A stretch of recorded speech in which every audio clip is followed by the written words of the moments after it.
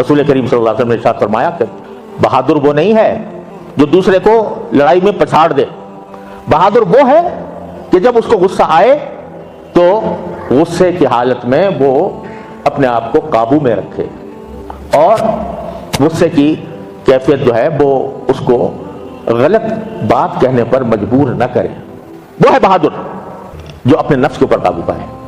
تو اتنی چھوٹی سی نصیحت فرمائی، لا تغضب، غصہ نہ کرنا، تو اس کے نتیجے میں پتہ نہیں کتنی برائی اگر وہ اس پر عمل کرے، ہم کریں عمل کہ غصہ نہ ہو۔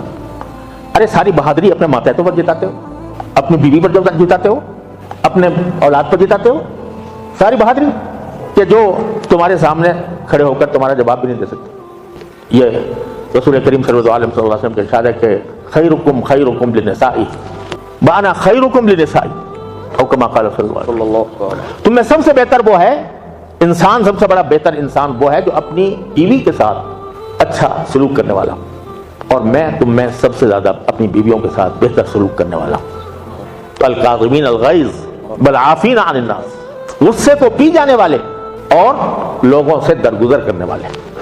اپنا حق چھوڑ دو، چاہے اپنا حق چھوڑنا پڑے، ارے یہ چند دن کی دنیا، کتنے دن کی دنیا، اگر اس میں اپنا حق چھوڑ دیا اور کسی کو معاف کر دیا، اس معافی کے نتیجے میں اللہ تبارک و تعالیٰ نے جو نعمتیں جنت کی رکھی ہوئی ہیں وہ یہاں آپ اس کا تصور بھی نہیں کر سکتے۔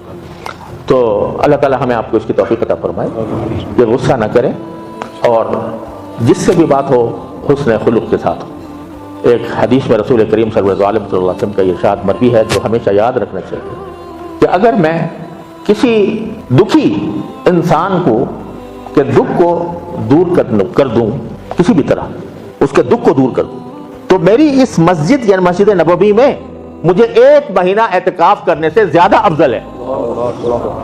اللہ اکبر، تصور کرو، اعتکاف کس کا؟ نبوی کا، کس کی طرف سے؟